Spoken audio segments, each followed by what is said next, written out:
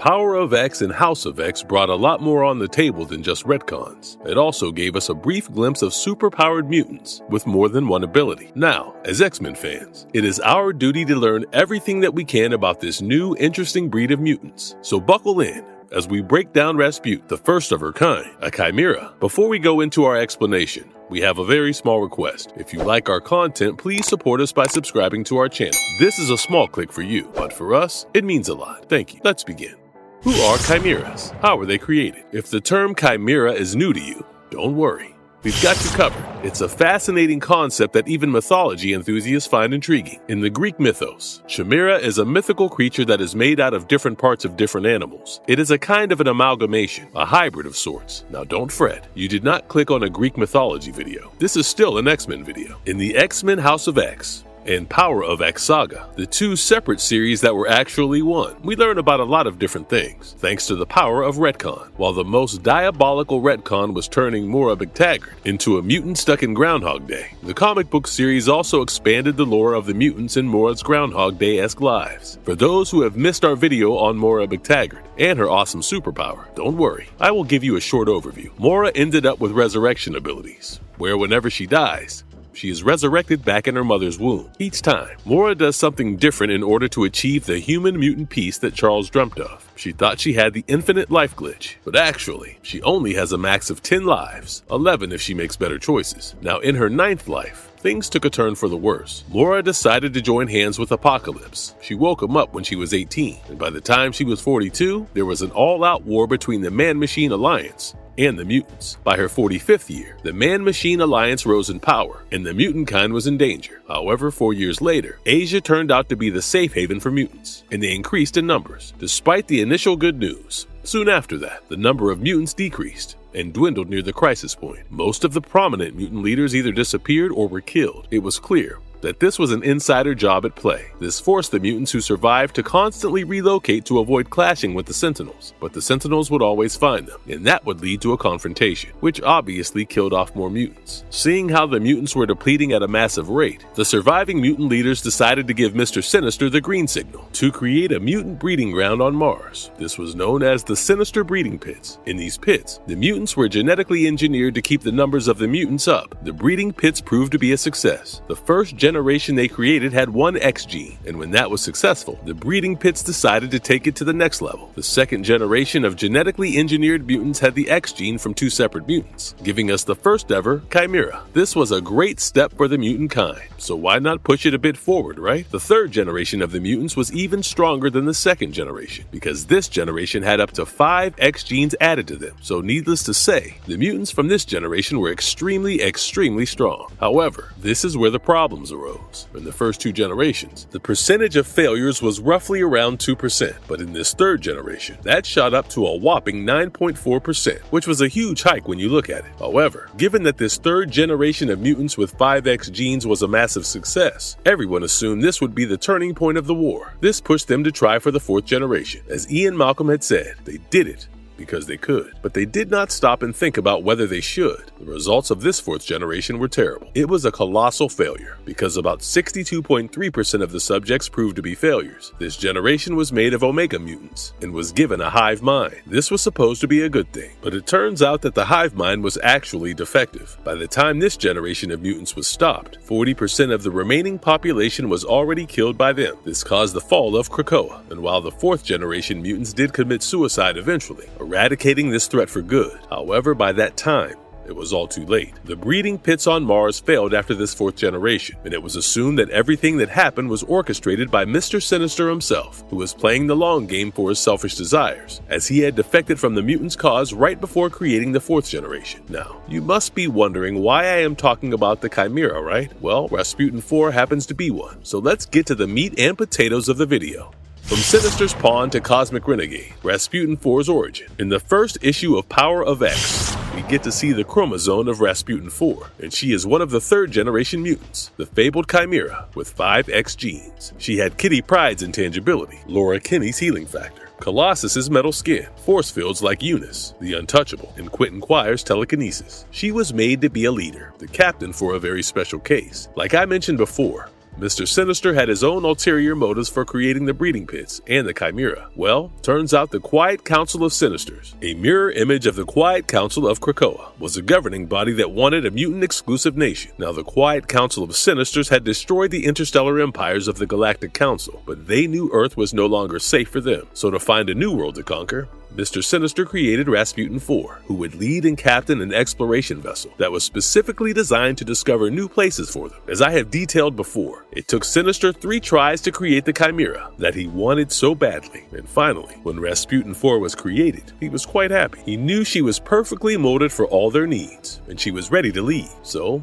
armed with a soul sword, off went Rasputin IV on her mission. But before she left, there were some things that Sinister did in secret that no one else knew about. See?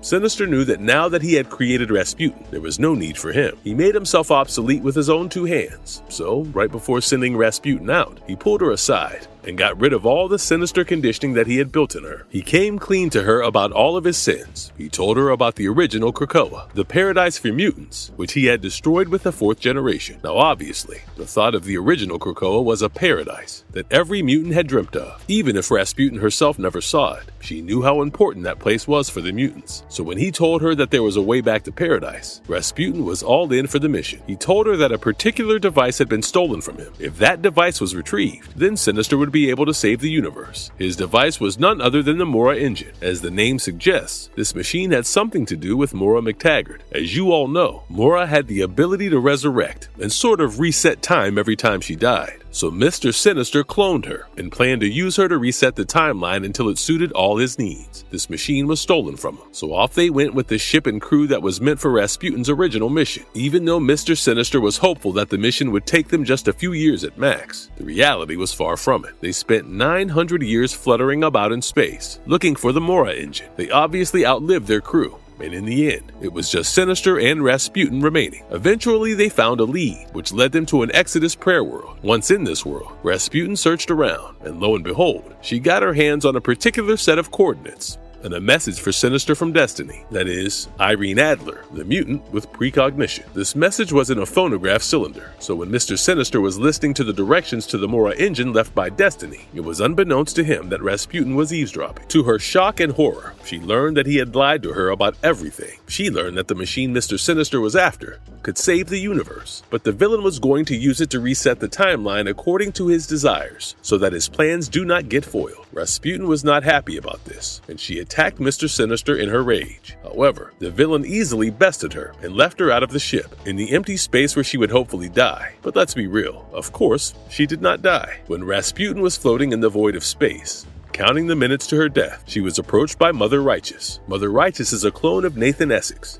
late wife. And who is Nathan Essex? Why, Mr. Sinister, of course. While Mr. Sinister went about combating the man-machine supremacy in a different way, Mother Righteous was a mischievous deal-maker. She dealt with magic and mystery, and when she saw Rasputin, who would be perfect for her new plans, she obviously was going to take a chance at that. She offered the young chimera vengeance in exchange for a small deal. She wanted Rasputin to be a part of her Reliquary Perilous. This Reliquary Perilous was a collection of powerful artifacts, powerful tools, and living beings that all merged together. When this was deployed, the reliquary would bind itself to any alteration in the current timeline, almost like an anchor. And then, with that force, the user and the tool would be able to move back in time. So think of it like a time machine. With whatever knowledge she had, Mother Righteous managed to make the reliquary, but before she could activate it, Moira got her hands on it. She activated it, and Rasputin's mind was shot back in time. As her luck would have it, she ended up in the fabled paradise she set out to save Krakoa. As she was from the future, Rasputin knew the future that Krakoa would face if she did not interfere, and this solemn vow led to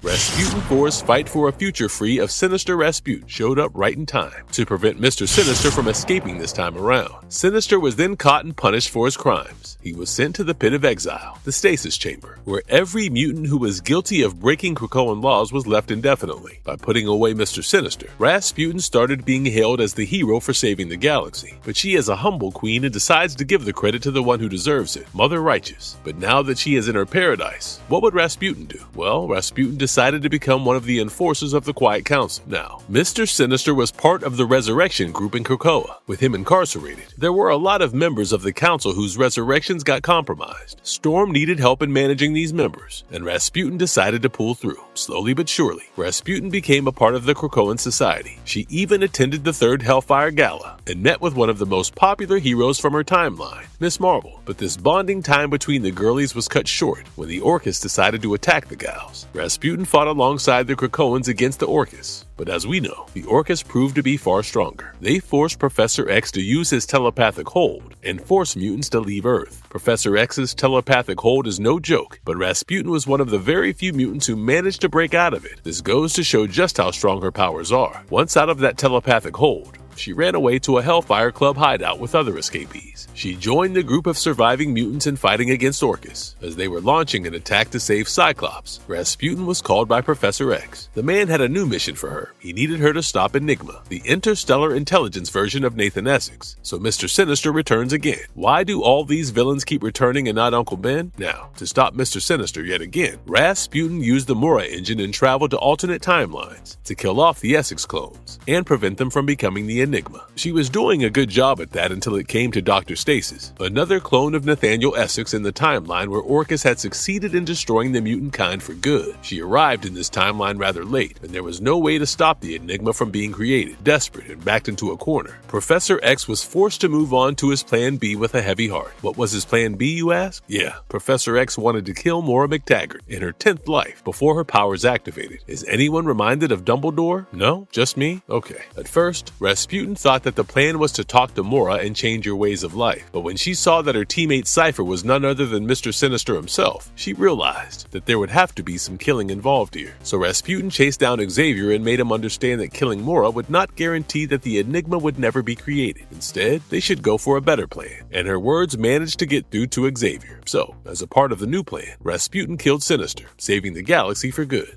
A weapon forged from 5. The combined mutant Rasputin was originally created to be loyal to the Empire of the Red Diamond, to ensure that she never betrayed them. She was programmed to be loyal to the bones. Now, Mr. Sinister did remove those programs, but that never stopped her from being heroic. She is good-natured, optimistic and hopeful, even after seeing the horrors of her timeline unfold in front of her eyes for 900 years. Rasputin never gave up on the hope for better days, and that is really something admirable. One of the biggest perks of her character is how relatable she is. I mean, weren't we all once doe-eyed, naive youngsters figuring out the world? We all made mistakes. Because of our good nature, yeah? Well, Rasputin isn't any different. Owing to her good nature, she is a bit naive. It took her ages to understand that Mr. Sinister had no intention of being the good guy and saving the universe. But once she realized who he was and what a malevolent and malicious guy he was, Rasputin made it her main goal to hunt down every single clone of his and in them. When she met Mother Righteous, she genuinely thought she would be different. That is why we see her so devoted to Mother Righteous at first. But once she figured out that Mother Righteous was not very righteous at all, Rasputin hardened herself and made sure she was never lied to again. As far as her powers are concerned, Rasputin has a blend of them. She has superhuman strength. Whenever she activates her organic steel skin, she gets so strong that she can even throttle the thing with her blows. She is also a strong telepath. Without a cerebro, she can easily lift people up using her telekinesis. However, when she uses a cerebro, the story is a bit different. When using the cerebro, she mostly uses her telepathic abilities,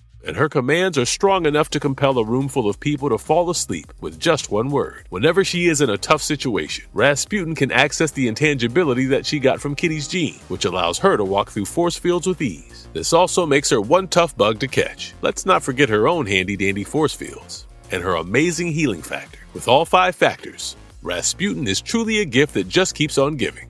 Marvelous verdict. Rasputin IV is one of the most interesting characters I have seen in a long time. I mean, I do not know about you, but since I was a teen, I have always wondered what it would be like if there was a mutant with more than 2 powers, and seeing it actually come to fruition fills me up with a lot of glee that I cannot express with words. Rasputin's character arc, her motivations, and the timeline she exists in all blend together really well, giving us a rather comprehensive arc. This is quite difficult, given how many factors there are in her story, so it only goes to show how much love Kieran Gillen and Lucas Wernick put in for her creation, and I appreciate that a lot. And if you liked our content, don't forget to leave a like and subscribe to us if you haven't already. Have a good one, and be safe. Thanks, everyone.